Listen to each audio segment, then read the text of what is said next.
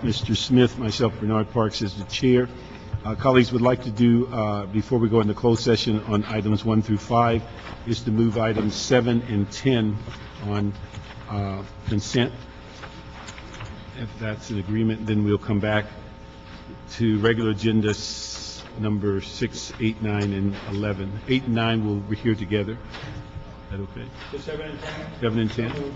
Okay, and on item 10, if we can ask the clerk to get with the city attorney and add some information into the body of the committee report to make it clear that the 58% of the outside counsel that goes to the proprietary departments those expenditures are paid by the proprietary departments. So it's clear as to those sources of funds. And also, if we could have a brief statement as to the last couple of years of outside counsel expenditures for the last 2 fiscal years compared to this end of 9-10 fiscal year, and then what is projected for 10-11 in those budgets. Okay, so we're going to go in closed session for items 1 through 5.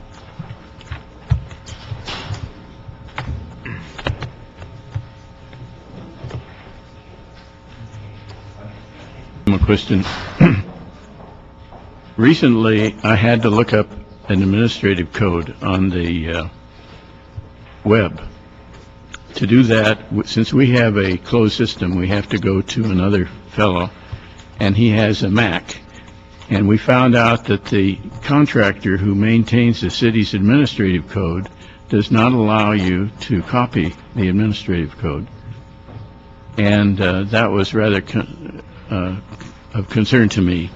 And I thought that we should do something about that. I talked to ITA, and they said that they used to maintain it. They do have a server that can maintain it, but that the city attorney requested that they use an outside contractor, and so they had to disband their servicing. And the outside contractor says, if you want something off of my website, you have to pay $300. So that means the public effectively cannot look at the administrative code in any detail. And the other problem was that that the ITA has no experience with Mac. And I thought, well, shucks, I ought to buy him a Mac and donate it to ITA, but I did want to check with Budget and Finance before I did something like that, because they really should know that Mac is different than a PC. And if we're going to service everybody in the city, 5% supposedly have Macs, why we really ought to have ITA at least cognizant of how a Mac operates and see what the limitations are on it. So I did want to bring that up as public comment. Let me ask, Ray, could you look into those issues dealing with access to that material, and so we could get something back on that? As far as the administrative... Yes, I have 2 contacts, one contact with the city attorney and one contact, and I will give that to Ray, and the person who really knows what's what as far as ITA is concerned. My recollection, it's always been you had to pay for a copy of that, because even a council office, and I bought one of these years ago for Hal Burnson, we had to pay to get it from that company, and the deal was they maintain it, all the records for the city, and anybody that wants it has to pay for it, including city agencies. Actually, the city clerk has all of the agency records. If you want an ordinance or whatnot or anything, you can get it off the website free. Yeah. But you cannot get any copies of the administrative code, and it's maintained as a whole unit. Right. It's not in PDF form, so that means you either have to take the whole thing or nothing. But that's been like that for $300. But that's always the way it's been. That's the contract we have. Well, evidently not, because ITA said originally that they maintained it on their website, and that the city attorney requested that an outside contractor maintain it, so they went to that. We're going to have the CEO to look into that and have that back for us the next time we have a meeting. It was read Thank you. Okay. And for the record, let me just comment that we have a full committee. We've been joined by Mr. Weezar and Mr. Koretz, and so we can get started on Mr. McQuiston. You can just remain there because you have a comment on item 6, and we're going to have that as the next item.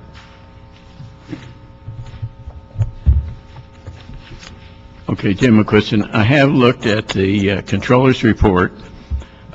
What concerned me also concerns item 10, which I have another card on it.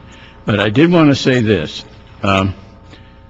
You have in front of you a copy of a statement I put into Budget and Finance Committee, and it's on findings. And you think, well, what does this have to do with Budget and Finance?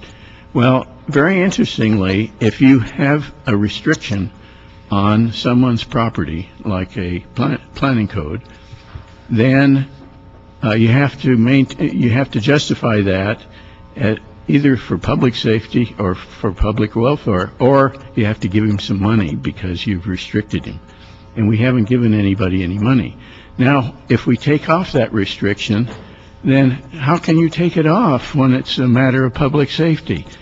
So that means that in my industrial property, for example, I did a calculation, and it turns out that the city would owe me $10 million for my 1/3 acre for taking off a restriction.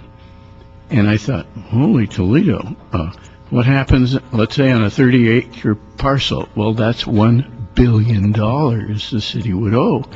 This is a matter for Budget and Finance, then, to look at findings and make sure that our findings actually are constitutionally invulnerable. And so I did want to point out that this is a major budgetary problem, and I don't think Budget and Finance has really thought about the matter, or anyone else in the city as far as that goes, because most of these findings are gotten up by the property owners themselves who don't realize what the impact is on the city. And we've been more or less taking these in without thinking about this, because most people are afraid to raise an objection to the city because they don't want the city to be constantly haggling with them. And that is something which did come to light in a case called Philip Anaya versus the City of Los Angeles. And some of you are familiar with that case, and it turns out it's already been decided by the California State Supreme Court in 2 cases, which the city just has more or less ignored for about 40 years, and they're still enforced. So I do want to point that out, that this is something. Findings are critical to our budget. And we do have to make sure that these findings are looked at by the city attorney and made invulnerable to attack. Okay. Let me ask you, is Dion here? Or Pete? He left. I think both of them left. I have sent a copy to Mr. Turtanich, too, on this matter. All right, thank you very much. Okay, we're going to go to item 6. Item 6, which is the City Controller report relative to the preliminary finance report for fiscal year 2009-10. Gentlemen, it's nice to see you.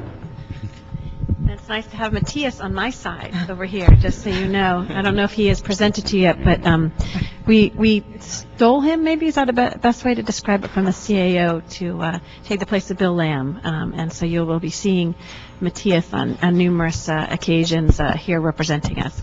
The new and improved Bill Lamb? The new and I don't know if I could ever say new and improved Bill Lamb, because he's, as we discussed, he's not here. He's probably listening. So, Bill, if you're listening, we did not say that. I don't know why he looks younger and smiling. Give him a few years. Yeah, it won't be long. It won't be long. Bill Lamb was known as Mr. Doom and Gloom in our office, so I'm not sure if Matthias will have met that same description yet. So thank you very much, colleagues, for having me here today, and we're here to present the preliminary financial report that you hopefully have before you. And I want to thank many of the city staff who worked with us since June 30th to close the books, and to give us really the most accurate reporting of how we ended the year, which is critically important. And we know that it was a tough time with a lot of the changes in personnel, et cetera, to try to get us to the point we have now and giving you this preliminary financial report.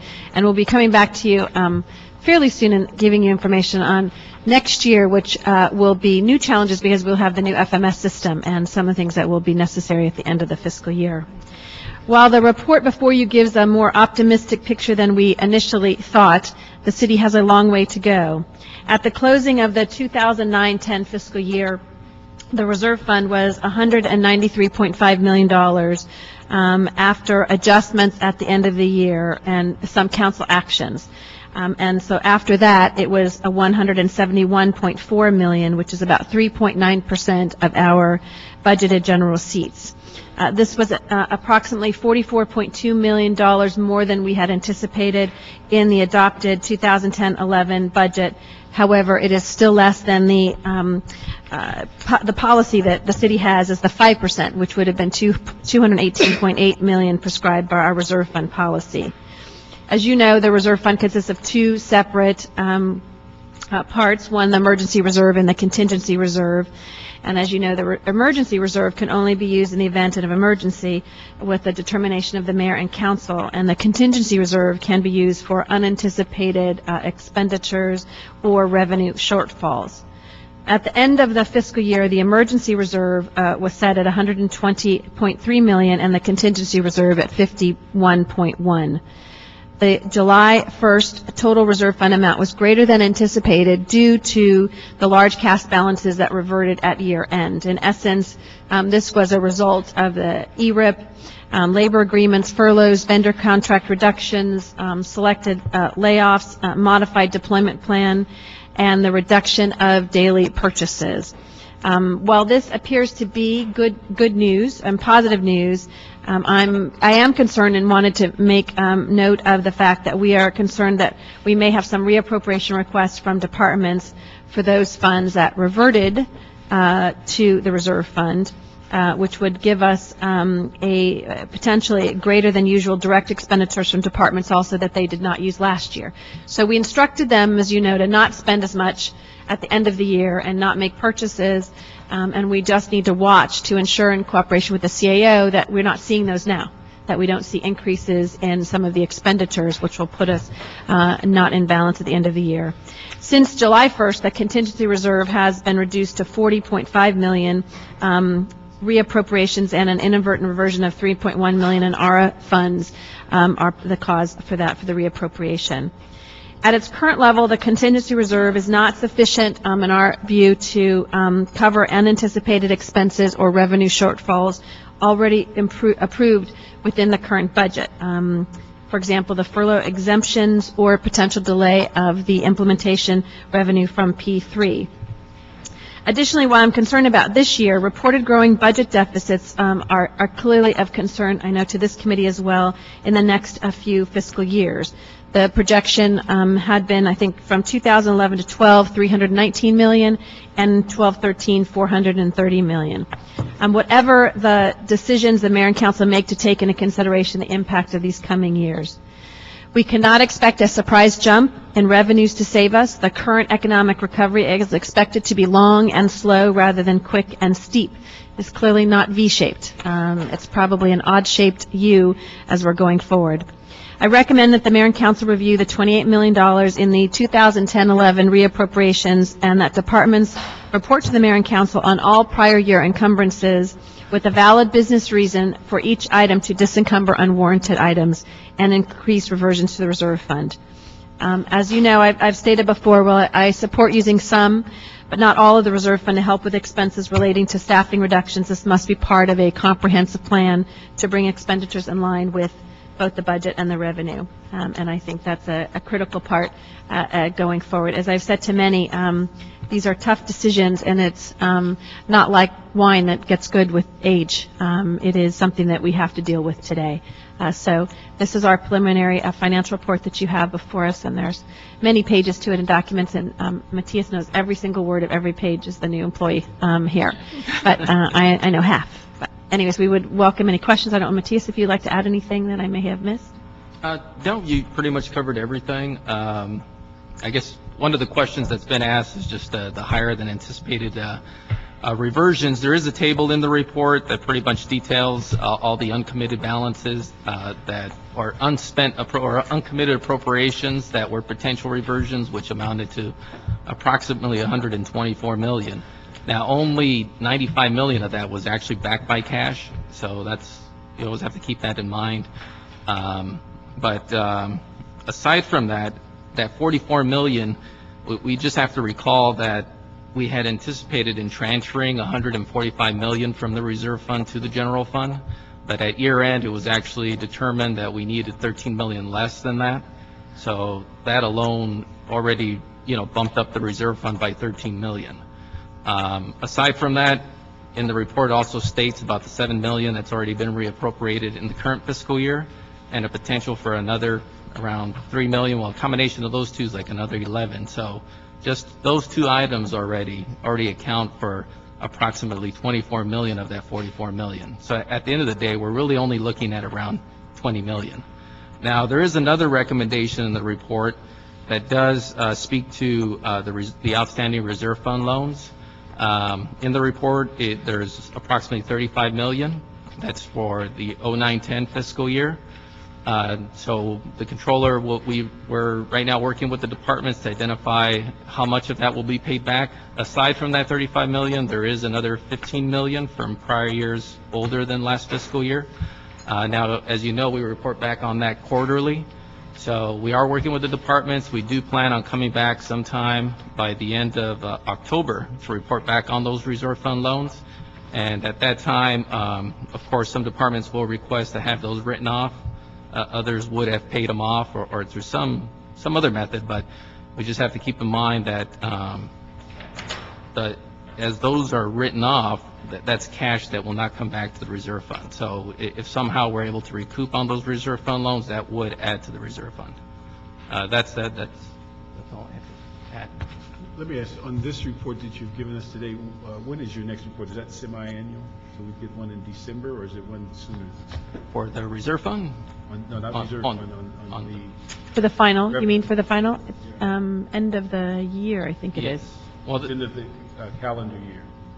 Yes. Well, on this one, sometimes we'll release reports on the cash flow, but as far as the preliminary, the next one would be the actual CAFR, which would be coming out sometime, the first quarter of next calendar year. So it would be sometime probably. We are on the cash flow, which we do try to do on a quarterly basis. We're preparing that for you all right now. Hopefully, be in concert with as your FSR comes forward in the next few weeks. But that's what I'm concerned about, is that we have several things that are pending. One is our first quarter of revenue figures. Where does that place us? The longer that we had in the budget that if the P3 didn't come forward, we're creating about a $6 million a month hole for the rest of the fiscal year. And so cash flow is going to be very important. And then the other one on the issue of reserve fund loans, and we hope that we continue to keep doing better and getting those back, because there's really no negative results if you just overspend your budget and the controller finds a way to fix it for you, and then you ask a month later, can I get forgiven? Then the whole budgeting process goes awry. So those are very critical issues for me as we move forward and look towards the cash flow, the issue of the FSR, and then also the issue of your next report as it relates to loans and how well we did in getting those back. And I think you're right on the cash flows. You may recall last year, which we highlighted at the time, that we were spending more than we had at that time and what we anticipated going forward. And so that will similarly be, we're looking at our cash flow and to highlight any potential concerns that we would have. One of them, as you mentioned, which is the delay potentially in funds from the P3, how that will impact our cash flow going forward in the next year. And similarly, once we get in the money from our property tax, in this next few months, and we'll know. But we hope to continue to provide a lot of information as soon as we have it to help you in your decision-making process going forward. It's the monies that were reverted, that departments didn't use, and they're now asking to use again. Were they specific project-oriented, or that they can come out and say that we just didn't finish the project, or we need the money? Or is it just surpluses in personnel costs or things like that, that they just want to use the money again, you know? I think it is. I'm trying Well, yes, well, right now, as is mentioned in the report, the $7 million that has been reappropriated, those were pretty much reported in the year-end FSR, where it was already stated, like, you know, it was instructions, any unspent or uncommitted funds that would be reappropriated. So they came back to council, I think it was the first week of July is when that came forward to council, was placed on the agenda by city clerk, and at that point, that was the detail as far as which accounts and which departments that came from. I mean, I have one of the sheets, the worksheets I have on here. I mean, I'd be happy to discuss it with you afterwards if you want. I just want to make sure these aren't departments coming forward and saying, we didn't spend all our money, but we would like to, versus, we didn't spend the money, we have this project uncompleted, we need that money to complete it. And those, I mean, they would be coming forward, as we move forward, they'd have to come back to council and request those. Those requests haven't come to us, so I couldn't speak to that. Yeah, exactly. They would come to us through the, most likely through the first FSR, but likewise, like is indicated, they have to come before you for ultimate approval. So When will we see that mid-year FSR? this will be the next FSR. We're going to try to get it released in the next 2 weeks. Yeah, I just want to go back to your summary about monies that we have for emergency situations. There's two funds explained. God forbid this fire season that we've just entered causes tremendous issues for us. How much is in that fund? In the emergency or the? Yeah. The emergency reserve is $120 million. And the contingency reserve was $51 million. Explain the contingency reserve. Well, that one is supposed to help us when you have anticipated expenditures. That gives you, yes, that would give you that flexibility. The emergency reserve is you don't dip into it unless there is an emergency, and you'd have to actually declare an emergency for you to take excess out of that $120 million. It was one of the reasons, in fact, last year where we were looking at how much money we were going to take to have our cash flow at the end of the year. As you may recall, when we didn't get the DWP money and we'd initially requested $90 million. Ultimately, the council adopted $80 million, and one of the reasons was it wouldn't require us to have to declare emergency to borrow that money to pay our bills. So there's a step that has to be taken by the city council to declare an emergency to use those funds.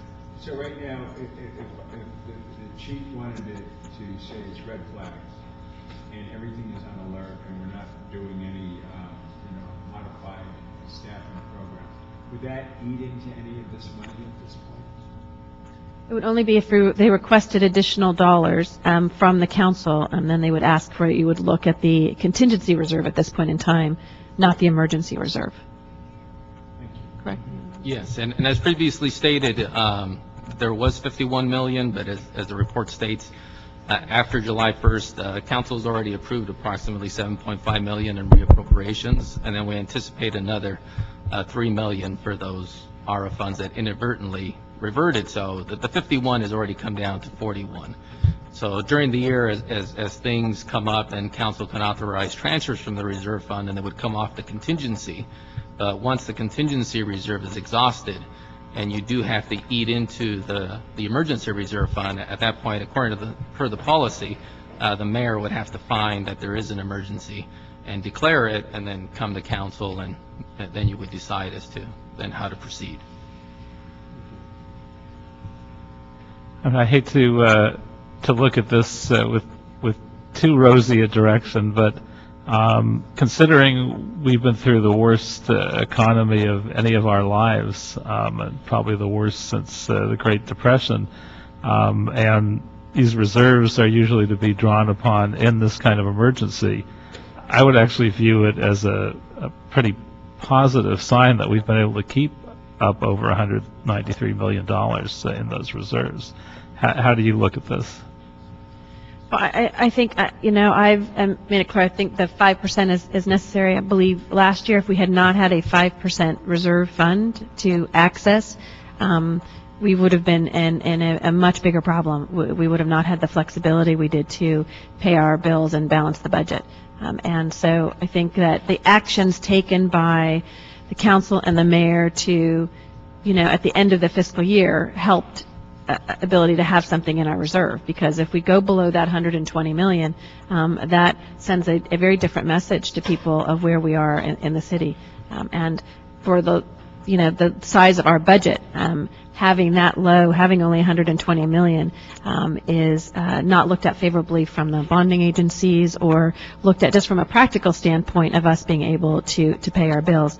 Because the challenge is, as you know, we have to borrow money at the beginning of the year to pay our bills up until we get our major source of our revenue that come in after the beginning of the calendar year.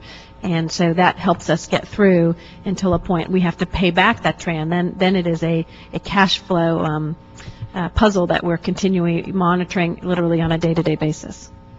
Yeah, I would agree with you. In general, I think 5% is the minimum. In fact, I think once we hit good times, ideally we'd hit 5%, and then we would add a certain amount every year to try to hit higher reserves. I mean, obviously, we did that in the other city that I worked with, in West Hollywood. They set aside something like a 5% reserve addition to their budget, their reserves, almost every year. I don't know that we'll ever see that in Los Angeles, but even if we set aside 1% a year in good times, I think it would be well worth it when we hit another problem like this. I think this brings, the adopted budget had a 2.85. This brings it up to about 3.9 at this point in time. We anticipate that from some of the expenditures is indicated that it'll go down below that 3.9. Right. Now, I know this may be a question that's a little bit premature because we'll get more efficient results pretty soon, but more official results. Have we seen any signs in terms of this quarter's revenue that there's anything of great concern, or are we pretty much on target with our projections? I think that Celia could probably answer that, but from our conversations and in their FSR, I guess the good news is it's what we anticipated, but that's also the bad news. We didn't anticipate any great growth. So it's really just neutral. Well, based on how we've done in recent times, what we projected would actually be pretty good because we had a few unpleasant surprises in some of our quarters. So I consider that pretty good news. Did you raise That's that? correct. As we look at the first couple of months of the fiscal year, overall, we're pretty much with plan, with budget as far as receipts. We do have a few ups and few downs, but at this point, we're sort of on target with what the revenue projections are for this year. Certainly, as we go forward, we will continue to monitor and see where we go. There's a lot of data, a lot of information out there. At this point, we're sort of right where we'd like to be. We haven't seen any drop off any of the major sources, but we're certainly tracking all of them very closely. Great. Thank you. Let me just ask, when we talked during the budget, there was some discussion, and it becomes obvious when we look at this report and we talk about the two levels of reserve fund. We're going to find some way to, and I may not have the right term, the rainy day fund, some way to highlight it so that it's part of that discussion. How are we going to do that in the future? Because I think it's, what, $500,000 in it? Right now, Yes. 500,000. Yeah. How are we going to be in the future identify? Because right now it looks like there's two reserves, and we never quite mention the rainy day fund, and hope one day it's going to grow well beyond 500,000. But if we don't mention it, it gives no sense to our folks in the bond industry and anything else that we've at least begin to think about it. And I don't know whether we've asked how we should best report it. And I think we probably need to have some conversation with the controller's office. I know our office is working with CLA sort of to look at sort of the stabilization fund and sort of what that policy will be. And so I think as we crystallize some of those recommendations that are brought forth, then I think there'll be more Came up formal. with a definition when it was created, but the issue is we never report on it. It just never becomes highlighted to say we And this is last year's, so this is 2009-10, so we will, going forward, have it part of the 2010-11. it was in place in 9-10, wasn't it? Well, we started it, but we really put the first deposits in this year. And so I think from a reporting point of view, we wanted it to highlight it in the budget from now on. Okay. Prior to that, it wasn't. I believe it was funded in Yeah. 09-10. Last year was the first year it was funded. Yeah. And I think as part of the budget actions for the current year, there was an instruction for us to be reporting back on a policy with regard to continue how to fund it. I think we had to put it, it wasn't in city policy, in financial Right. policy yet, so we were Right. putting it in policy. Yes, there was a line item for it, but there was no policy behind it, but there was a line item for it. And that was- And as a go-forward basis, I believe the CAO, CLA were instructed to report back on preparing, basically codifying it. Yeah, Okay. along with some other changes there. Because I'm not sure then where it would have been in the budget, and whether or not, as we look again at the CAFR, if that, by that time, we know exactly what it's, how it's described, but to include that. But it's in here, it's just not considered as part of the reserve fund as defined currently. Let me ask, where is it physically located? Is it in the UB or is it? This is my office. Is it in your office? Is it part of the contingency, or how did we? No, it's an actual separate fund. It's a separate fund altogether from the reserve fund. At some point, the theory behind it was that you would go to this rainy day fund to address shortfalls, actually to build it in good times, and then to use it to mitigate the impact of the bad times. If we had had a budget stabilization fund years ago, we would have been able to build the fund over a period of years, and then these times wouldn't have been so difficult. The trouble is that as during the good times, we actually spent the money during the good times, and so therefore, That's why they were good. exactly.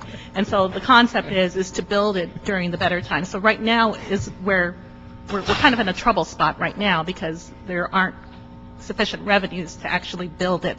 But that's not to say that we certainly can't be putting the building blocks together to start putting it in place to build that budget stabilization fund. But it was our expectation in 11-12 that we started to report on it as part of the reserve fund? Is that what the game? I don't think that we had contemplated it. If that's the direction of this committee to actually incorporate as part of the budget reporting, it could be through the FSR. It could also be as part of when we report back on the actual policy itself, that we can actually include something in where you want it reported. It could be through the FSR. It could be through the reserve fund. It could be something completely It's not like separate. it to be an afterthought, that we created it for a very specific reason. We put money into it that we are looking towards now and in the future, that we just not kind of have to think about it and say, now, by the way, where is it? How much is in it? I mean, but we do very prominently the reserve fund, but we don't give the stabilization fund equal footing. And that- And it should, I mean, reporting it as part of the reserve fund actually does make sense in the sense that the reserve fund is already kind of outside of the budget. The budget stabilization fund, technically speaking, should also be outside of the budget. So that may be a good place to include the reporting aspects of it. We just like to figure it so we don't have to keep thinking about it, it's there and it's specific. But more importantly, that it shows on our balance sheet in a way that the bond councils and stuff in New York can say, oh, this is good too. Just good bonus points for that, so. Any other questions? Thank you very much. Thank you. And, you know, you can give him a hard time next time he comes. This was an easy one for Matthias, okay? I just want him to stop smiling. He likes working for me, come on. Okay, that takes us to item 8, and actually we can take item 8 and 9 together. 8 is the City Treasurer's Investment and Cash Management Report for the month ending May 31st, 2010. Item 9 is the City Treasurer's Investment and Cash Management Report for the month ending June 30th, 2010. Good afternoon. If you can kind of give us a thumbnail on these two reports, but concentrate on the most recent information that you may have regarding our financial and our investment returns. Well, Thank you. Good afternoon. Steve Ongale. With me here is Ariel, one of one of our investment officers.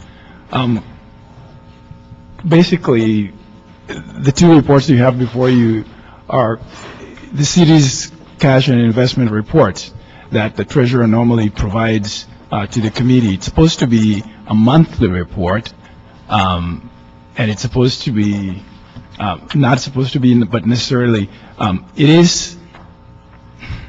I want to say that the report is kind of dated. The information is what you have is May and June, but we are in the month of September going to October, and therefore the information is a little dated. So Ariel will give you details on those, but in the meantime, the current economic pictures show that the GDP is currently growing at a rate of 2.7%. The last time that the Treasurer's Office was here, it was stated that the growth was projected to be about 3%. It's going down. The economic numbers are going down. Most economic indicators are all going down. On the unemployment level, the national unemployment rate is 9.6. The county is 12.6 compared to 12.4 that was stated a while ago. We have lost in the county about 12,800 non-farm payroll jobs. I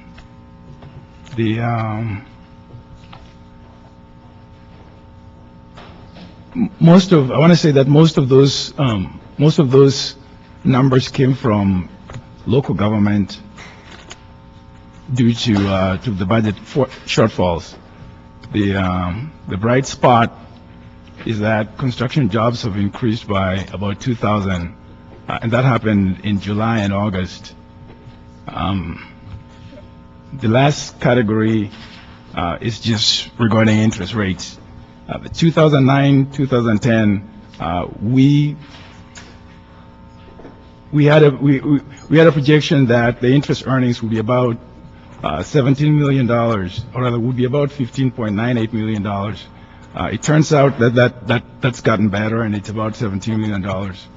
The interest earnings for this fiscal year, I want to say that due to poor economic conditions, are going down.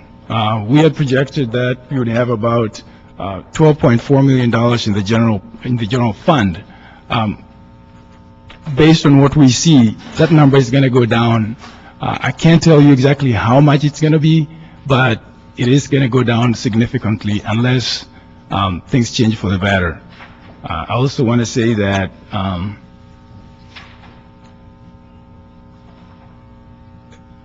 the general fund rates or the general fund participation within the general pool is also falling.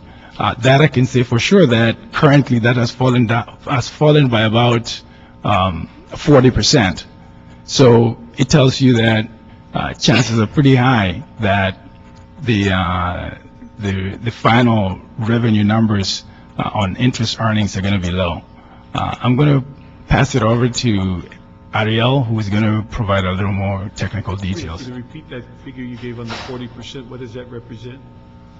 General fund participation, or the balance of the general fund in the general pool, has fallen by about 40% currently.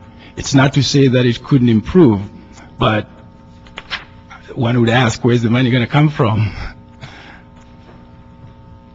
To answer the questions of how our returns are currently versus vis-a-vis the benchmark, we're currently pretty much flat, that of the benchmark, slightly underperforming by an 0.102. That is mainly due to corporates trading extremely rich. We continue to monitor all the corporate holdings that we have. We only select, based on our selection process, corporates that have reasonable to low probabilities of default. So we have been participating in new issues, but we're very selective in the new issues that we do participate. We're very conscious of those levels. So That's led to some of the slight underperformance vis-à-vis the benchmark. Again, it's in 01, 02, 03, something like that. When you say benchmark, Our Merrill Lynch 1 to 5 year. pardon? Our Merrill Lynch 1 to 5 year government corporate index. Okay. But is that correlated to your projection on our revenue when you create the benchmark? No. Those are two. Our mandate is obviously the 1 to 5 year Merrill Lynch government corporate index. Our reserve portfolio mimics that of that benchmark. So when I make reference to it, I make reference to the portfolio vis-a-vis the benchmark. And then we're saying that we projected, what, 12.4 million return on investment for this year, but we're going to be below that. For the general fund, yes. General. Right. That subject has to do with interest rates. As you know, interest rates have come down dramatically. We constantly do analysis on forward curves, and they've shifted downward about 1%. What does that mean? It's 100 basis points. That's significant because 1% of 5.5 billion is 55 million. And if we're 10% of that, that's 5.5 million of the general fund. So that's the correlation. Yeah. Okay, thank you very much. Welcome. Note and file? Yeah, with note and file. Note and file those two reports. Both reports? Oh, wow, okay.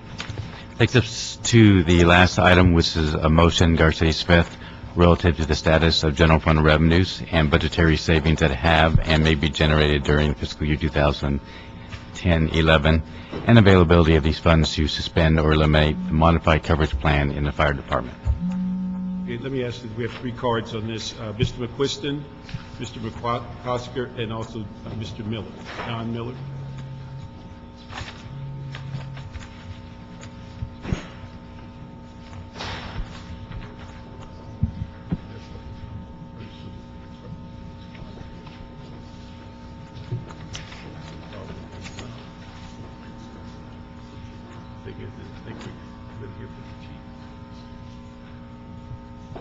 We can have the three speakers, please. Mr. Miller. Mr. McQuiston. Jim McQuiston. If we listen to our ears, we hear sirens, and they're almost universally the fire department, not the police department. Last Saturday, Chief Beck told us that the homicide rate and the burglary rate and practically every other rate that the police statistics keep in Part 1 are so far down this year that it's unbelievable. I think we really need to figure out how to restore a little bit of the fire department capability, but I do want to say one other thing. Article 13D of the Constitution says that you can't use the property taxes from one area to benefit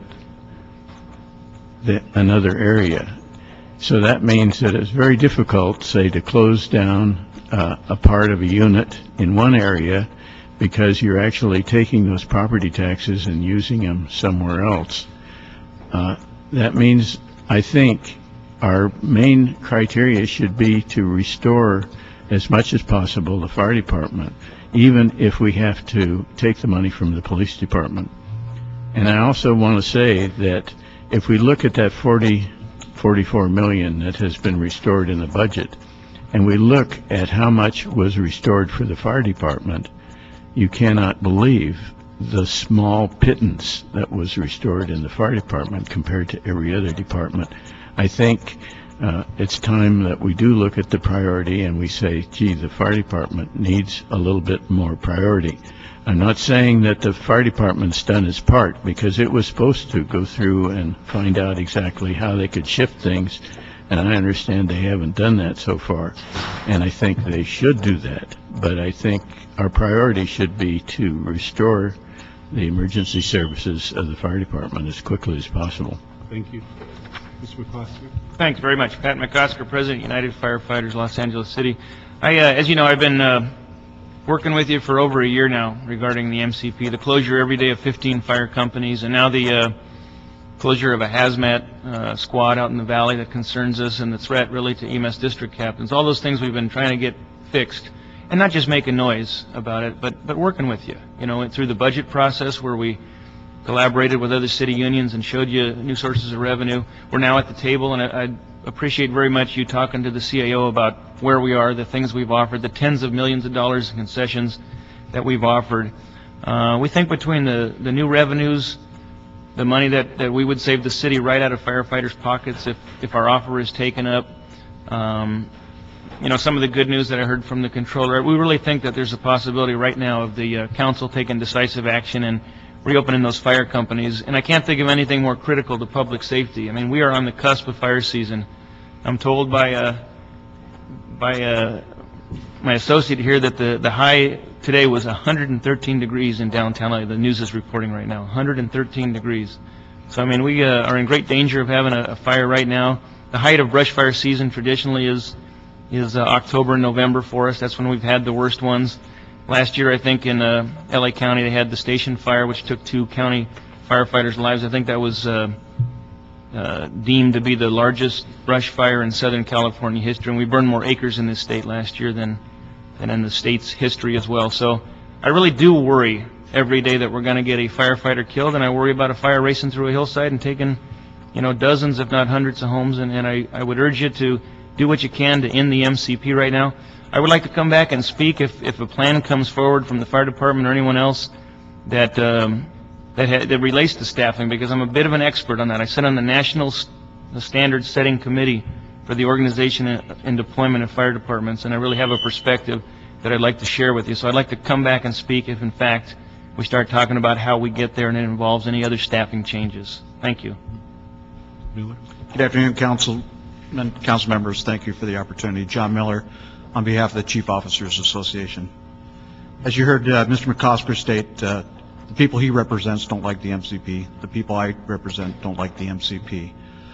Knowing discussions with the fire chief, the fire department administration doesn't like the MCP. And the angst that each one of you took in budget deliberations, you could tell that hopefully or wishfully there were other options you can. But unfortunately, the fiscal constraints and the monetary realities are that the fire department had to do something. And that came up with the modified coverage plan. The MCP was developed by fire service professionals with years of operational knowledge and experience. And we have realized that in these economic times, members of the department have taken a leadership role and a cooperative role with management in making it work. However, as you heard, fire season is upon us.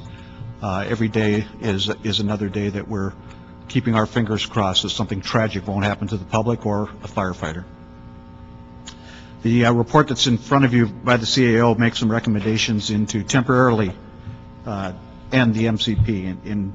In reading it, I have some concerns in regards to it. For the potential resource reduction, it leaves a lot of significant questions, particularly the $13.4 million that still needs to be dealt with and discovered even after the budget reductions that the city administrative officer comes up with. Also, some of the proposals that were discussed in front of this committee, in front of public safety, and in front of full council go in direct conflict with what the direction that the city council gave in regards to the budget, fire department's overall budget. Furthermore, when it's all said and done, and if approved by this committee, again, we're still $13.4 million short, and it's going to take a corresponding amount of resources reductions or personnel reductions to come up with this money. So we hope and we anticipate that the council really looks hard and takes a look at other ways to fund the department and get us back to our minimal staffing levels. Thank you. Thank you very much. We have the CAO, CLA, and the fire chief to come up at this time.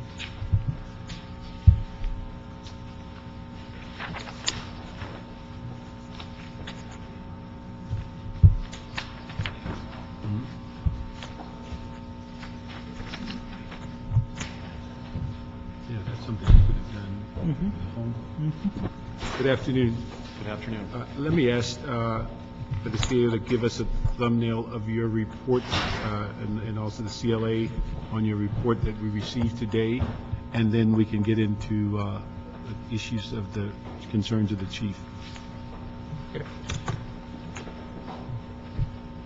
Mark Davis, CEO's office. This report covers the options for the modified coverage plan. We adopted in the budget a 41.29 budget savings for the modified coverage plan for the fire department. Currently, upcoming in the FSR, the department has $13.4 million deficit. This plan, this report here that you have before you will address the options to cover the potential options to be considered to partially cover that deficit for the department and the 28.5 million that remains for the 18 pay periods for the rest of the fiscal year. The identified options that we've listed here that have been spoken in prior committee meetings total $33.72 million. In addition, with the ambulance, with the ambulance contracts, we have identified $2.69 million in the revenue. We now recommend that the fire chief first address the deficit that he has in his budget, and then from the other savings that are here or the other options that the chief can come forward with to address the possible end to the MCP and cover the 28.5 that would cost for the 18 pay periods. All right, thank you. CLA, have anything to add? No, we have nothing else to add. Essentially, just to summarize, as part of the fiscal year 10-11 budget, the modified coverage plan was to generate the $42 million in savings. And if that is to continue, the fire department is still, at this point in time, looking at a projected deficit of $13 million on top of the modified coverage plan. So essentially what you have listed here on page 2 are 3 of the potential options that could be used to mitigate those deficits. As indicated here on page 2, it's a closure of the 10 basic life support ambulances, which were discussed actually during fiscal year 9-10, an elimination of the 10th member of the 45 task forces, as well as elimination of 51 staff assistants. Those 3 items would generate $33 million.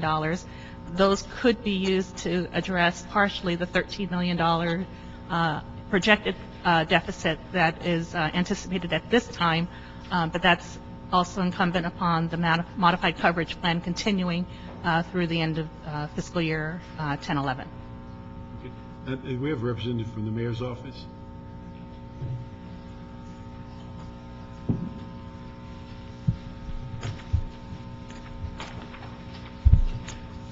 Let me ask, we have a report given to us this morning that's from the joint report from the CLA-CAO regarding recommendations. Has the mayor's office looked at those, and do they have a position on these recommendations? Yes, actually, Matt Zabel, mayor's office, just spoke to the mayor, which is why I came in a little bit late. The mayor supports the elimination of the staff assistants. He also supports, excuse me, the elimination of the 10 BLS ambulances. At this time, he does not support the elimination of the 10th member positions. Okay, so that would be roughly about a little over $13 million. If that's the current estimate, that's correct. I understand the estimates of the cost savings have been fluctuating.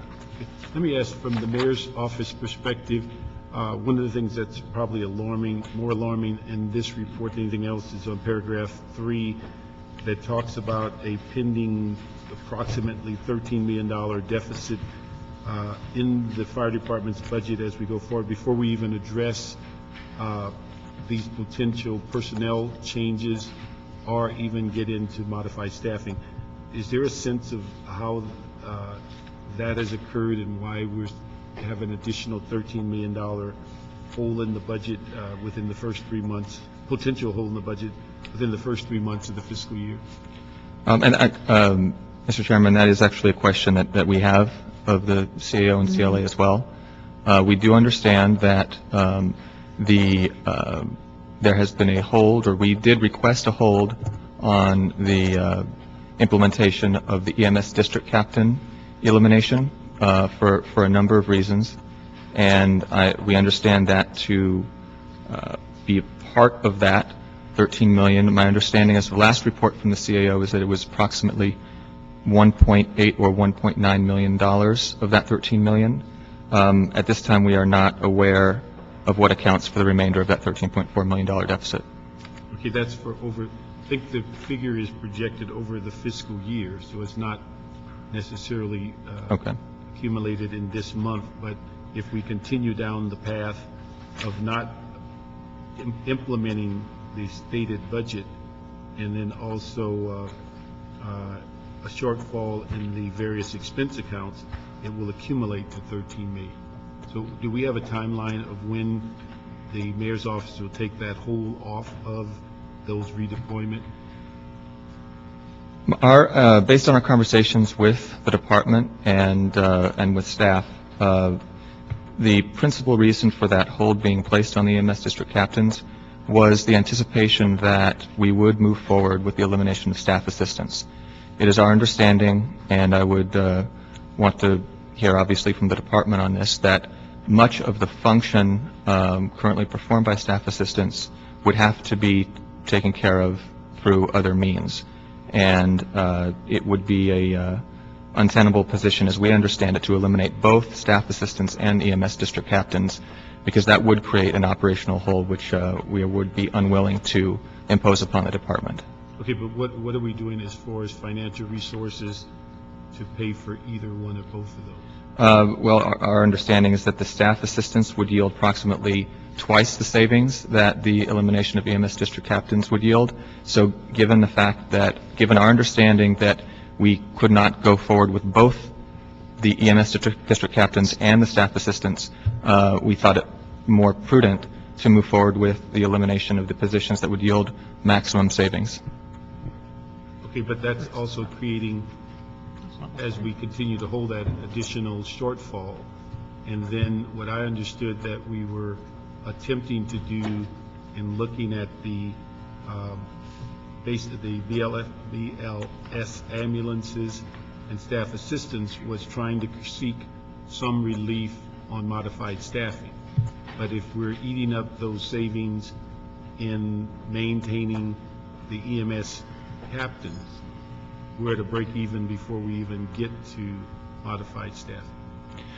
And that's exactly why, Mr. Chairman, the mayor feels that we need to move forward on the closures of the staff assistants and the BLS ambulances immediately to achieve maximum savings. The savings for the staff assistants and the BLS ambulances would far exceed the savings thus far deferred from the EMS district captains.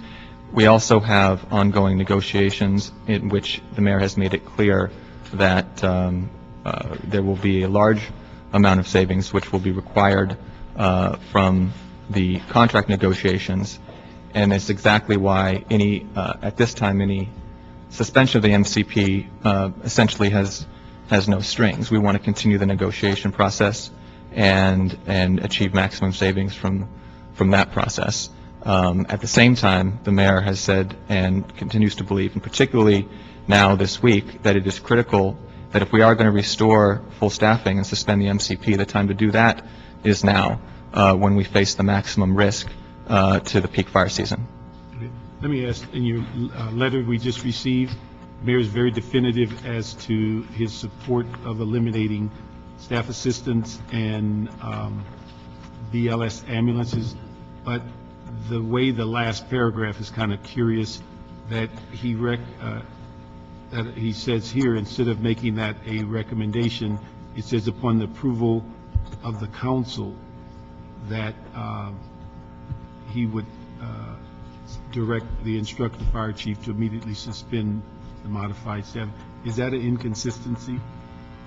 I don't believe so. I think the mayor wanted to make it very clear as to what is before the city council. Should the council vote to eliminate these positions, the mayor will instruct the chief to suspend modified staffing. Okay, but the issue is, can the mayor make that direction without the council approval? We would prefer to have council approval on everything, but as we have established both in the negotiation process and in the public process, that the management of staffing is a management right, and ultimately that does reside with the fire chief.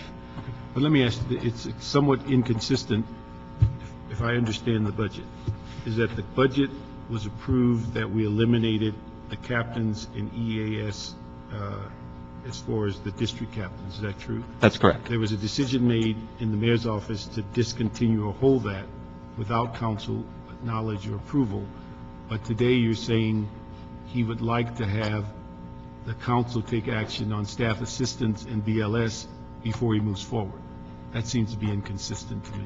Well, as with any budget process, as it relates to the fire department, the council and the mayor approved a modified staffing plan, for example, which included additional closures, including chief sedans and other closures. Now, that has also not been implemented, in large part, and in large part because it takes time to get this ready to implement.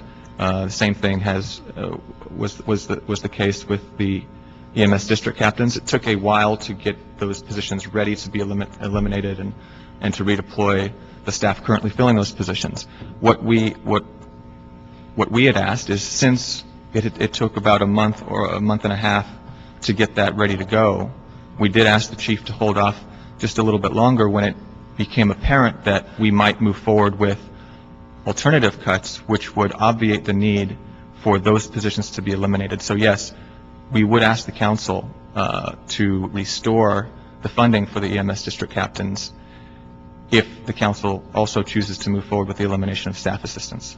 Okay. Let me ask the CEO, have we computed these numbers? Because it seems like with the delay, as of July 1st, the EMS captains and the budget do not exist. So we're creating a liability as that continues to grow. And then we're saying today that would be a greater savings. We'd get a greater saving from the staff assistants and the BLS ambulances if we would move on those 3 months into the fiscal year. And so have we computed what the dollar value of these moves and recommendations and the growing deficit that's in the budget? Certainly, we've been looking at the numbers over the last several months for the various pieces of both the EMS captains and the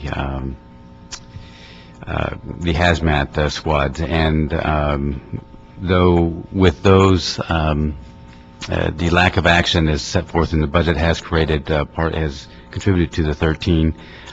What has been proposed or offered as we look at the basic life support and staff assistance, that would, in effect, sort of offset you're part of the 13, but if we go forward, continue with the EMS and sort of the hazmat, there will be somewhat of a hole. Now, we're going to have to continue to look at the numbers, find out where they are, but I think we're going to have to really sit down and lay out the numbers.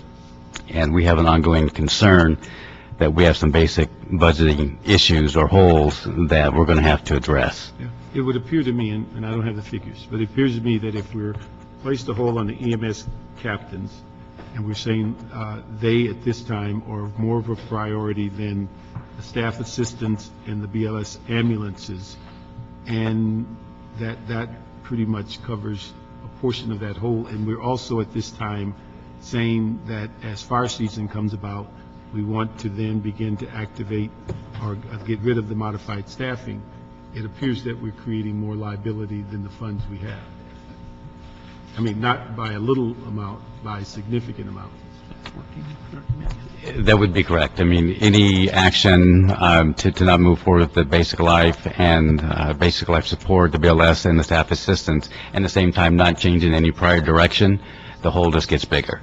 And if you add the basically suspension of the modified coverage, it will grow quite large. Now, do we have the ability in the modified staffing to basically unravel that in segments, I mean, without going the full amount?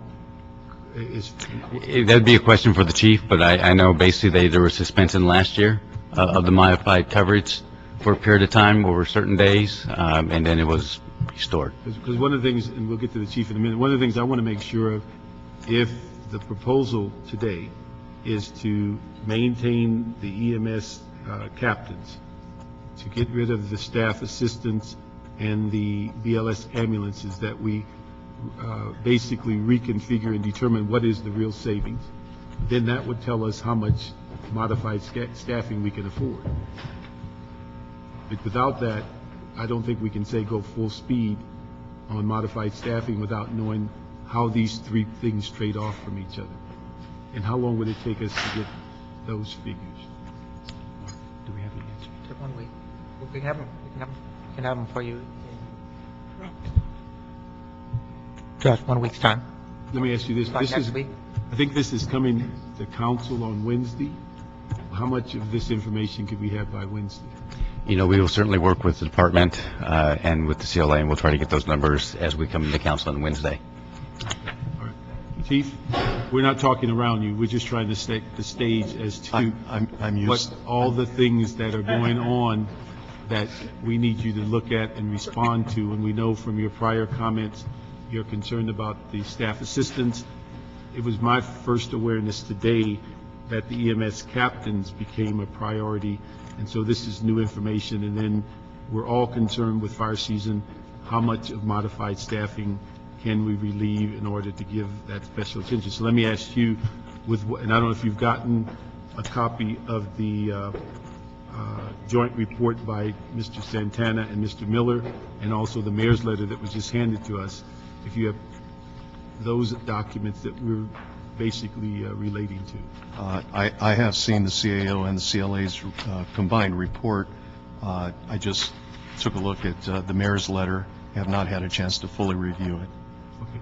Why don't you give us, because one thing that's concerned, and it was the first time I was aware of it until we got this report this morning, that we had a growing hole. I thought, you know, at least in the first 3 months that we had been in a place to where we're going to be at least trying to be even and then work out the modified staffing on some of these other considerations. But with that $13 million hole, it appears that we're now on another journey. So why don't you give us your overview of what has occurred and created this hole, and where do you believe we should be going on these cuts and replacements or separations and things of that nature? Well, compared to last year, we were $26 million in the hole at the same time. So 13 compared to 26, I think we're considerably better off this year. What I'd like to say is I would love to see the modified coverage plan go away. I would like to keep my EMS captains. I would like to keep my 10th member. I'd like to keep my staff assistants. But the reality is there's only so much money in the city, and you know, we're going to do everything we can to protect the citizens, the people that live inside the city. On July 1st, you approved a budget of $495 million for the fire department. Our budget was balanced on July 1st. Because of some things beyond my control, we've since have developed a somewhat of a deficit. I think the $13.4 million that is projected is 12 months of budget. It's not, we're not talking about through just the end of August. So given the fact that if we don't redeploy or deploy those EMS captains into other assignments, and we don't staff up the squad or take the squads down, then we will have a deficit of $13.4 million. It is my opinion that you give me a budget, you let me manage it, you let me decide what the deployment model is. And my plan, and I've had conversations with Mr. Santana, is that we're developing a work group. We're hoping that labor will join in with us. We've got a new deployment software within the fire department which studies workload. It studies the number of incidents, population density, and basically tells us what the fire department should look like. The city has spent $500,000 just to purchase this software. And what we're planning on doing, if allowed to do so, is mid-year come back to council and basically lay out our plan for structural change in terms of developing another model for service delivery within the city of Los Angeles for the fire department. I mean, last year the firefighters made a tremendous amount of sacrifice. $56 million came out of our budget that essentially came out of firefighters' pockets. There was a tremendous amount of movement throughout the fire department as they were detailed throughout the city. And we came in with a balanced budget. It was my intent, and it's still my intent, to deliver a balanced budget this coming fiscal year. And if allowed to do so, I believe that we can do it. So I think that removing the staff assistants, all of these three initiatives, they're not overnight. You can't just flip a switch and the staff assistants go away. Obviously, the 10 BLS ambulances, closing them, there are going to be some community issues that we're going to have to deal with. Taking the 10th member off the task forces is going to create a certain amount of continuity and confusion amongst the troops. So it's going to take some time for us to retrain our membership, figure out how to reassign those duties within the fire department. So, I mean, to be realistic, it would take probably 2 to 3 months for us just to get our legs, just to accomplish reassigning these duties to other positions. The EMS captains, as Mr. Szabo has indicated, we've done everything we can to support the negotiation process between UFLAC and the city, and obviously we've tried to redeploy them twice over the past 3 months, and it's our plan at some point, if negotiations are unsuccessful, we're going to redeploy them. Now, which positions are you speaking of? Those are the EMS captains. Yeah. So I support the mayor and the CAO's effort to try and get a contract. We support it wholeheartedly, but at the expense of creating even a bigger hole within the fire department or operationally handicapping us, it's difficult to move forward. Let me just ask, this is the first time in the Szabo's comments. I'm not, again, not familiar with all of the ranks and structure in the fire department, but that was the first I've heard, is that there was some overlap between the EMS captains and the staff assistants as related to them doing similar or jobs that are in relationship to each other. As far as your deployment plans, do you see them mutually exclusive? Do they support each other? How does that work? Right now, the EMS captain's primary responsibility are to supervise the 127 ambulances that are out on the street every day serving the public, to make sure that they're doing what they're supposed to do and provide the service and support them in every way that they can. The staff assistants are part of our command and control element within the fire department. These are the people that make sure that the things that need to get done administratively and emergency-wise within the fire department get done. I mean, every day, right now I've got 17 firefighters every day who would be comparable to SWAT in LAPD. And to take that component, to take SWAT out of LAPD, I'm sure all of you would understand what the impact would be. And to me, the command and control element of the fire department is essential. If we do have a major incident within the city, they are going to be part and parcel of managing a large-scale emergency. And I would like to see them stay. I really would. And when you said 17, or is it 51? Well, let's see, right now, we've, 17 times. because we've got 2 battalions closed in 1 division, and, Appreciate it. 17 times 3 is... 17 times 3, Okay. 17, So 51. right, right, Okay. Minus a few. right. So from your description, they seem to be very uniquely separated jobs. Very much so, very much so. And a good percentage of those people, the EMS captains, are single-function paramedics. So you partner them with a fire suppression chief officer, you send them to an emergency incident. You can't put that chief officer inside of a burning building because this person is not certified to go inside. You can't take them into a hazardous atmosphere, whereas a staff assistant, you can take them into a hazardous atmosphere. Now, again, for the purpose of the public, single function, why don't you explain that? Single function is a person who is certified to do paramedic work only. They cannot do fire suppression activities, and under federal law, they cannot go into hazardous atmospheres. So there would be some limitations. I mean, from an administrative standpoint, they could handle the paperwork. They can handle doing the staffing and payroll and the things that a staff assistant normally does. But from an emergency standpoint, going into the burn at a brush fire, they're not going to be able to do that.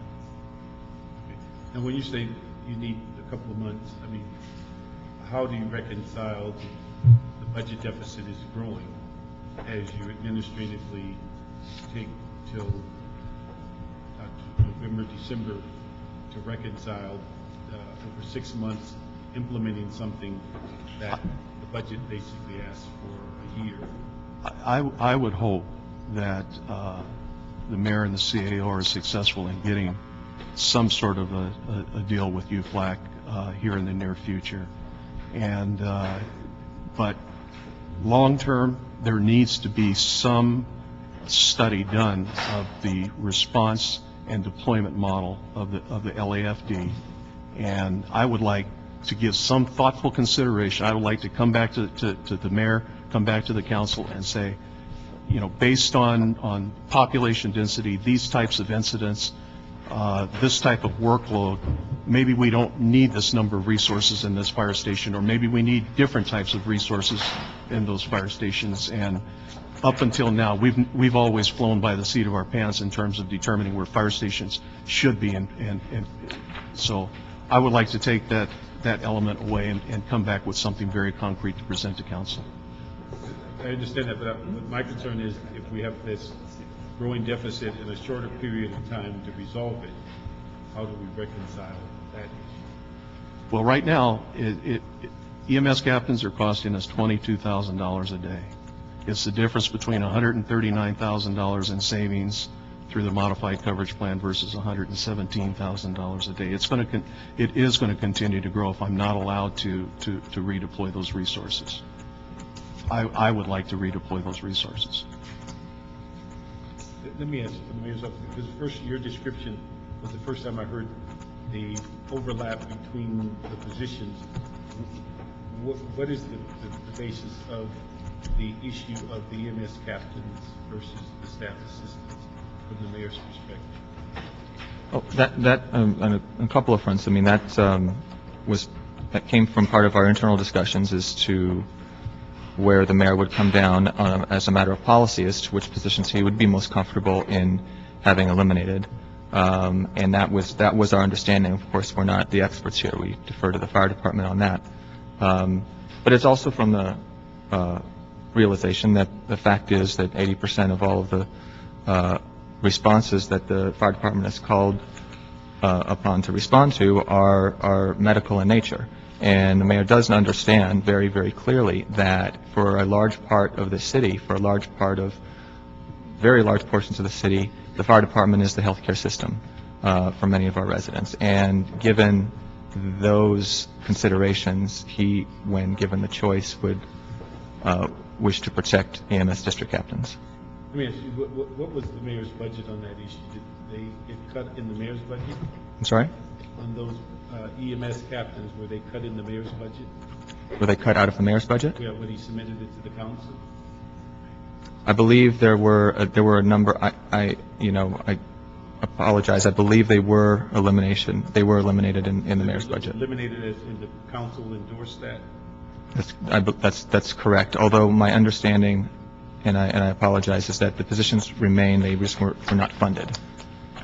Yeah. We did not eliminate the positions, is what I'm saying. But I think we did that a portion of the year before. We eliminated them, but didn't fund them, and then we found out later that a number of them stayed in place. Right. And maybe... I believe the equivalent overtime for the EMS captains were removed from the budget. So you didn't actually eliminate the positions, but the function itself of the EMS captains was eliminated in the proposed budget as presented by the mayor and then approved by the council. So the mayor put it forward, eliminating the EMS captains, and then the council approved. The mayor also put forward the elimination of a couple of the hazardous materials squad staffing. That was put forward by the mayor, and the council approved that as well.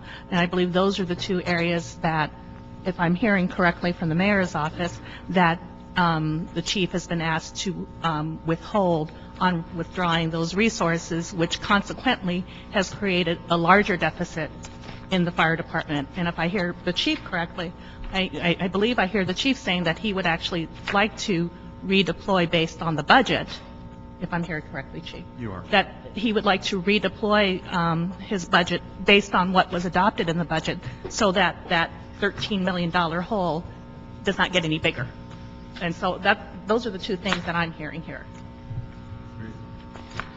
Yeah, thank you. That was a very good exploration. And the problem I have is, while the chief and the unions and a number of us have been working on this for months, CAO, nobody else in the council has been privy to the details of the cuts that are being brought forward in this plan today.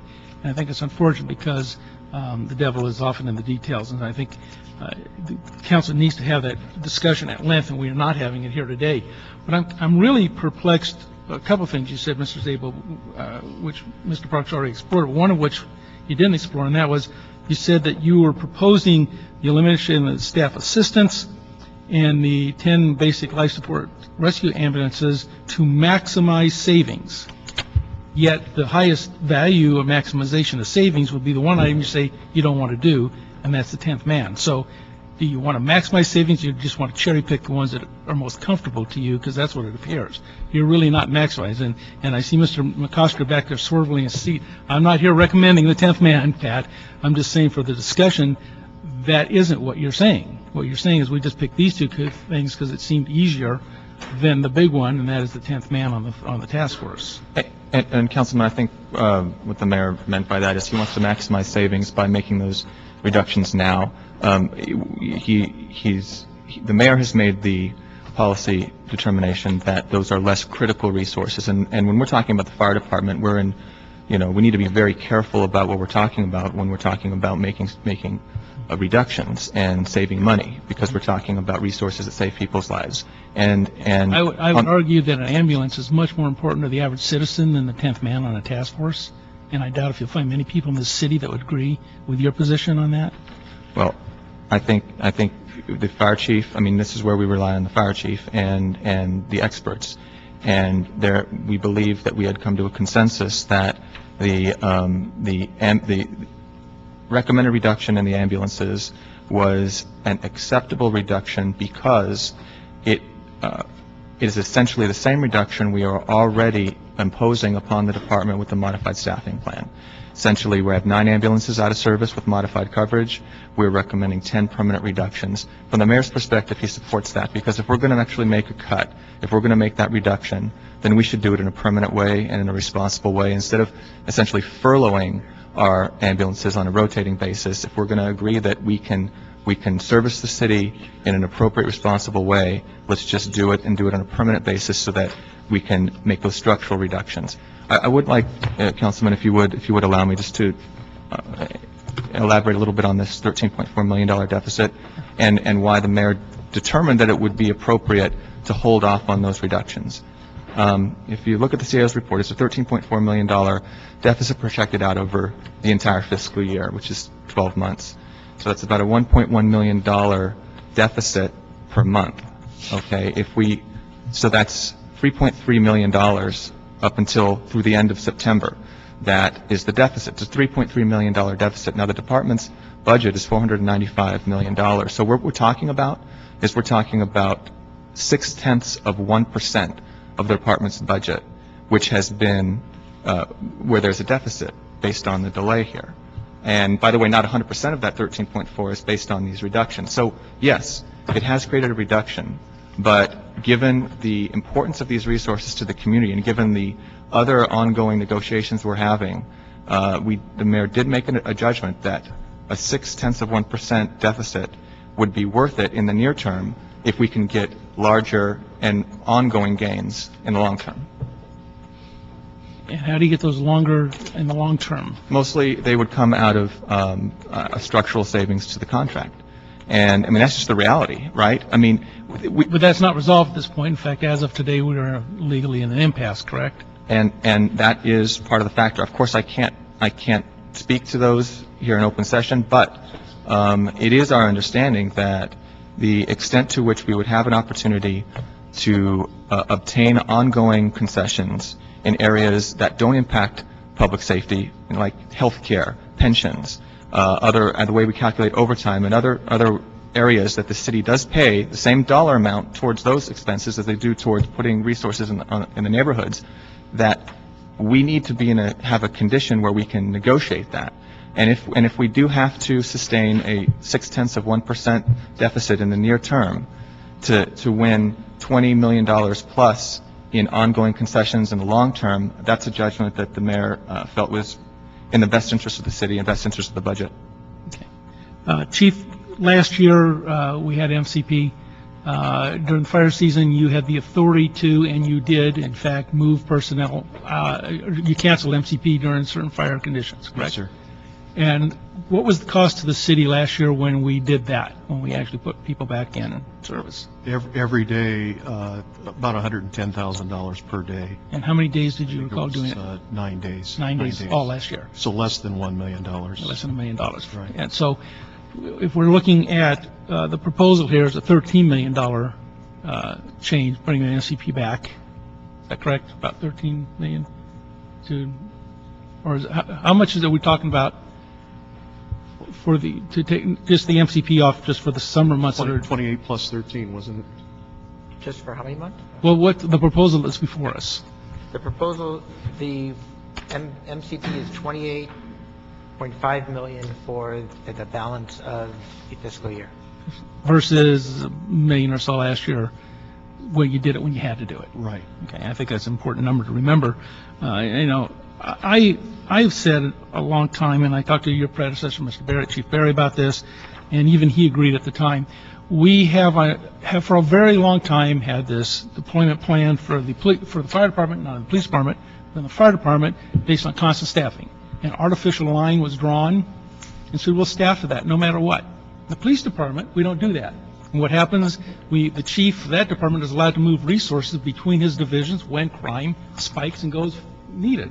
So if you have a need, you move people. In the San Fernando Valley during the summer, we need more resources because we're going to have the big fires. You move people out to Station 88, you pre-position, you cancel MCP when you had to. So you've played with your deployment model, but not to the extent the police department does. Right. And so we've had this artificial line drawn for a long time that we staff to with overtime. And that's our cost drain to the city. And you mentioned earlier, and I totally subscribe to the idea, that we need to look at staffing the fire department on a scientific way. Your constant staffing model is not scientific. The MCP is not scientific. You've just chosen the task force stations you're going to move around day to day based on no science whatsoever. It's an artificial decision.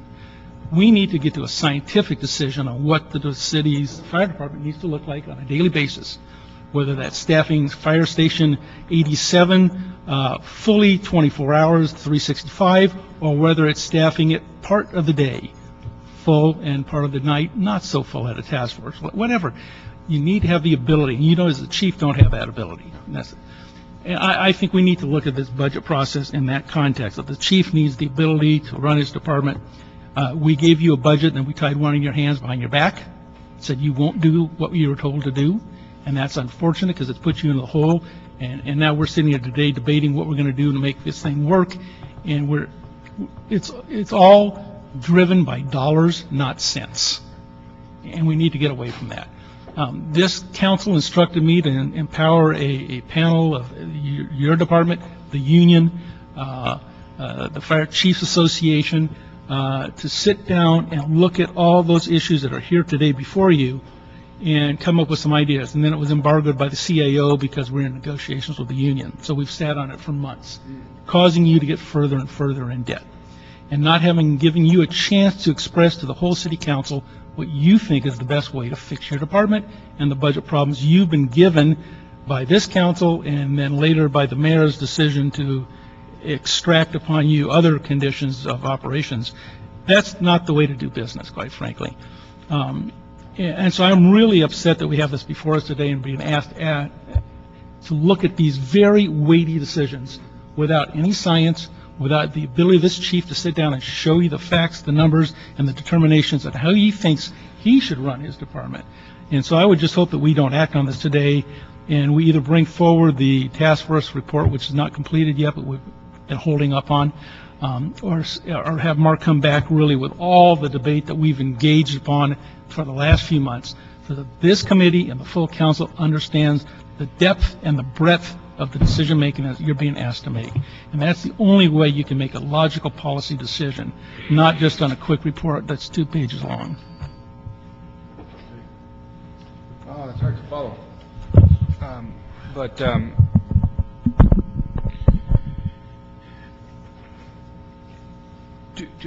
Chief, do you agree with one point, which is that we need to suspend the MCs temporarily, the modified coverage plan? I would love to suspend it permanently if we could. The problem is where do I go with my budget at that point? One thing that the MCP does allow me to do is flex, and I can staff up those 15 additional fire companies when needed. The heat phase that we're in right now with fire season, we're monitoring it on a daily basis. We have trigger points. We know when we're going to suspend the modified coverage plan and when we're not. So for today, fortunately, we haven't had a tremendous amount of wind. We've got a lot of heat, and we're monitoring it. We do have resources deployed, but we have not canceled the modified coverage plan for today. So it allows us to save, and it allows us to flex. I think Mr. Smith made a good point when I saw the report and the letter, which is, given the choices, I certainly would need more information as to whether, where do we find that money. We have some before us, maybe there's others, but someone who sits on this committee and getting this information for the first time today, it's very difficult to say, well, let's do this or that, let's choose plan A, B, or C, or D. But it still leaves us with the fact that we have to do something to get rid of the MCP, at least at a minimum, on a temporary basis. So are we still going to move in that direction and then decide to come back and say, where will we find those additional savings? I get the sense that that's the direction we're moving in, because it's an emergency situation and we have to do something. So I suspect that we're probably going to move forward, hopefully, and temporarily suspend the MCP, but at the same time we have to come back at some point and figure out where we find those savings, because I think we're faced with a situation in which it's a life and death situation. It's a safety issue. And we have, if not known this, are now publicly making it public knowledge. And sometimes we decide things and are acting upon them, and then we just do them. Here, where there's an emergency, a public safety issue right before us, and we're discussing it. So we have to act, and we have to act quickly, I think. But then, in conjunction with my colleagues and staff, we have to come back immediately and figure out how we then make up for that. And same thing, I'm not prepared really to say where we find the fundings here. There's probably other options that we could try to come up with, but I think we have to move forward and temporarily suspend this, and then try to find in the future we could permanently suspend the MCP. But I did have a question, which is one that Smith brought up, and anybody at the panel would like to answer this. I see the value in being able to move resources around. It works for LAPD. Now, I'm not saying I agree or disagree with it. I'm just saying, is there anything different about the fire department that perhaps we don't want to make that stringent kind of artificial line as to this should be the amount of resources every station gets? But is there some value to that sometimes you do need those resources there, or something that we're missing that I haven't been part of these discussions? But anybody want to say that there is no difference between the fire department and LAPD to be able to have those resource allocation in a thought quicker manner? Well, I think that, to quote someone, you try and put the people where the work is. And that's what we've always tried to do. When Bill Belmatri was the fire chief, it was his goal to try and have an ambulance in every fire station in the city. Is that, in this environment, in this economic environment that we're in right now, is that a practical model? I don't know. And I can't tell you until we've done a thorough analysis of workload. I know that there are a number of ambulances out there that I would like to move to busier parts of the city, because that's where the workload is. So I think you need to allow the fire department that flexibility to move those resources when needed. Thank you. Very much to add. I have not been part of any of these discussions until it just came to us today, so I'm really not able to do much more than say the more open we are in participating with you, Chief, the happier I'll be, and also with the union rep in not a political way, but just talking about the safety of these issues. I'm very worried today, as I was all weekend long, in my hills and canyons, the Palisades and Brentwood. We're very nervous, and obviously you've suspended it. I remember our discussions last year when the Palisades was in a very scary spot, and of course, anytime there's a red flag day, you suspend it, and if there are needs, you operate on it. But we need more on this. The mayor's two-page letter is as clear as he being in the letter is just handed to us. I'm unable to see what makes the most sense or not the most sense, but I will rely a lot on what your opinion is, independent of the politics, because there's no politics as far as when it comes to me to public safety, and I don't think anybody on this board would think other than that as well. So I look forward to continuing this and having more of an insight and more of the facts and information and more clear leadership from you as to why you think this makes sense or that doesn't make sense. Right. That's all. Let me ask one question before we go to Mr. Koretz. Currently, do you sense that you have the authority to temporarily change the deployment and on day-to-day basis deal with the modified staffing? I've been given full freedom to make that decision. So there's not an action that the department, the council has to tell you you have that authority. I don't discuss it with anyone outside of the fire department before I make that decision. You have the ability to make that decision Absolutely. on a daily basis. Absolutely. Thank you. Yeah, a few things. First of all, I know you're trying to stay within your budget constraints, but I'm actually kind of stunned to hear that on a day like today, where driving around, my car told me it was 113 on the west side, which is a heat level I don't remember seeing in my lifetime, that we still have the modified coverage. Now, I know winds and other things play into it, but to me, if there was a way to direct you to eliminate it, at least for the month of October, it seems like just common sense to me. Would you have any objection to that kind of direction from the council? If you direct me to do it, I will do it. I'd certainly like to see that happen. I don't know how, as a practical matter, that would come from this committee, but I'd like to move that we recommend that and see that get on a council agenda Tuesday or Wednesday to eliminate modified coverage for the month of October. I think the reason I asked the question, if you have the ability to do that without our direction, I can do it. Yeah. So we don't have. But I'm only going to do it on those days that I see fit that it needs to be suspended. That's part of management prerogative. Right. Deploy as you see fit. I mean, like today, I've got strike teams pre-deployed into the valley and into the hillsides to cover in the event that we have a fire. Now, I have not suspended the MCP because our threshold has not been met yet to suspend it. What is your threshold? What is our threshold? When we go into the critical mode and in terms of our brush burning index, and a portion of that, it's relative humidity, it's fuel moisture, it's air temperature, it's wind speed, all of those things, and we have not met that threshold yet. That's something that's provided for you. Every day, the U.S. Weather Service. When you see the weather report, you'll see that we've had red flag in Santa Clarita, La Cañada, Flint Ridge, all of those areas, but not in the Santa Monica Mountains or the rim of the valley. None of that area has been included in the red flag. Now, if we were going to eliminate the modified coverage plan, which we've been talking about, does it make sense to do it now, or does it make sense for us to continue negotiating and fiddling around with this and just get it started in December when we don't have a significant fire season? Well, I hope the negotiations continue. I mean, I want to see the modified coverage plan go away. I do. But, and trust me, tomorrow, if it warrants canceling the modified coverage plan, we will cancel it.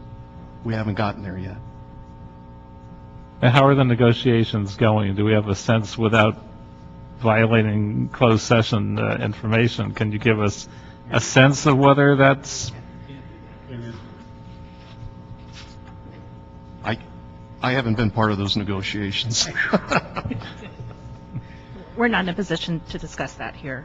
I believe EERC is meeting on a weekly basis, and certainly council members are, whether you're a member of EERC or not, you're allowed to attend those proceedings.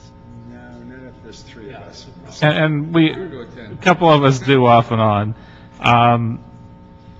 But since the negotiations would be such a significant part of this, how do we discuss this in context if we aren't discussing the negotiations? Well, actually, from our perspective, the chief has been given a budget, and the way we view the budget is the chief needs to live within his budget. And to the extent that there are any negotiations that generate savings or whatever may occur, that's something separate and apart.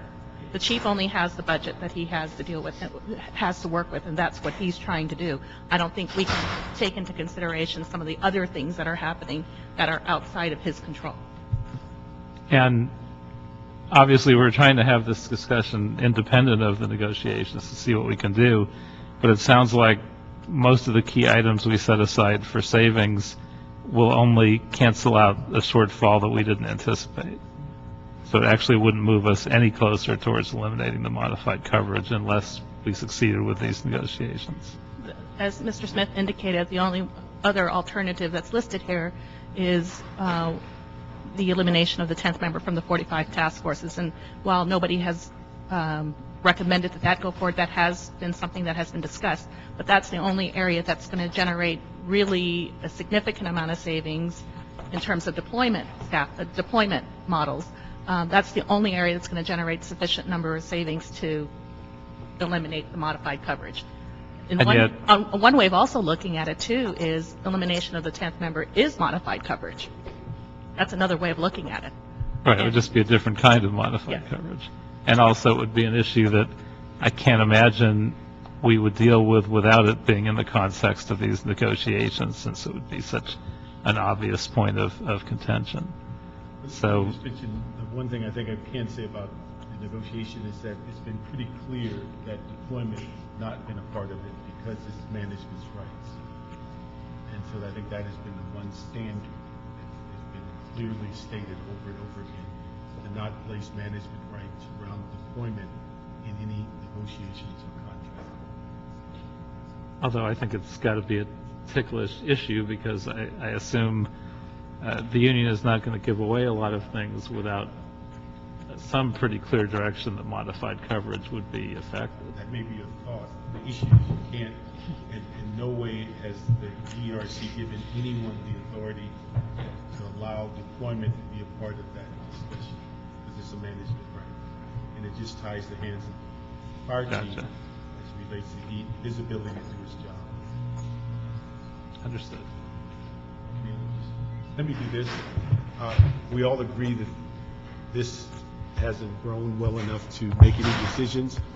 With your statement that you have the ability, as you make judgments on deployment, then at least I have a comfort level that you will make those judgments.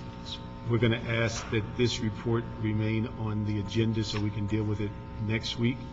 The one thing I'd ask the mayor's office that, and we've asked this before, we'll ask again, that if the budget is moving forward and there is a decision made to alter the council decision, we'd certainly like to know that ahead of time as opposed to after the fact. Because otherwise, we're walking down a path.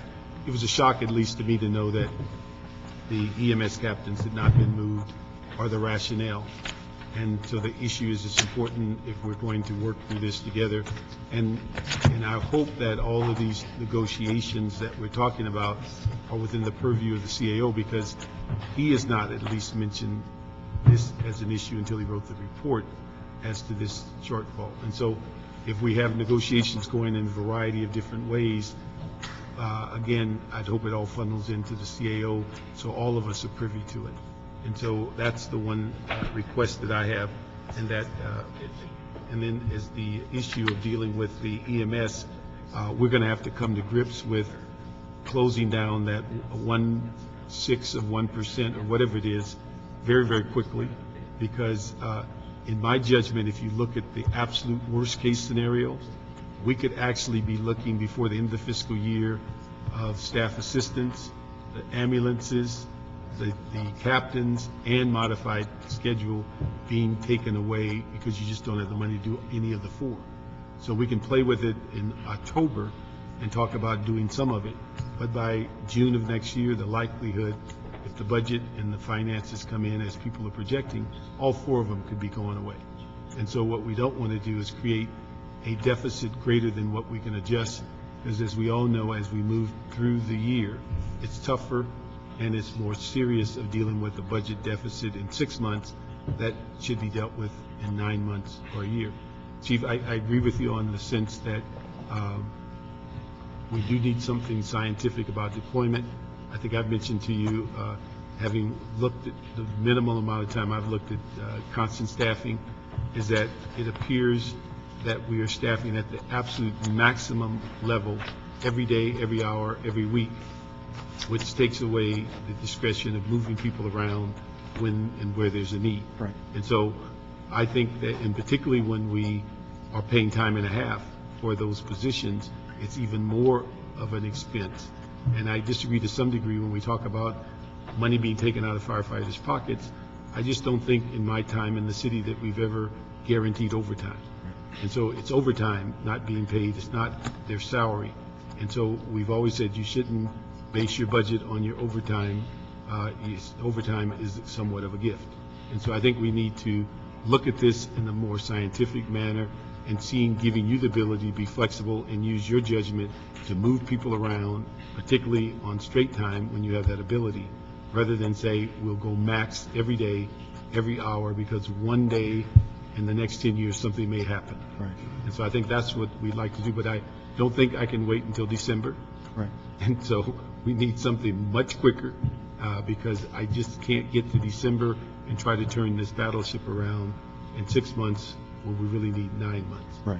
And so that's something that we really need to address on the timing, the slowing down of that deficit, coming to grips with what needs to be moved off the budget, because each one of these positions being moved removes overtime for constant staffing. And so we need to come to grips with that in a larger sense of looking at deployment, and in a specific sense, what units are more critical overall and a variety of things. So that's, but I certainly want to ensure you have the flexibility to run your department, because you're the only one we're going to come to if it goes bad. Right. And so you should, if it goes up in flames, I want you to light the match. Watch that analogy. All right. Let's see.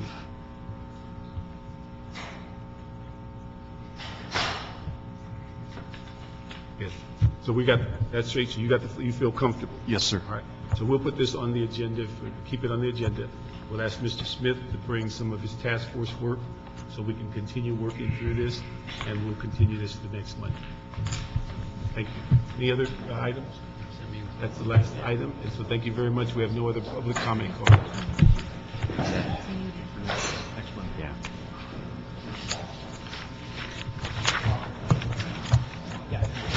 I guess. So we need to confirm anything with TC as far as the council on that day?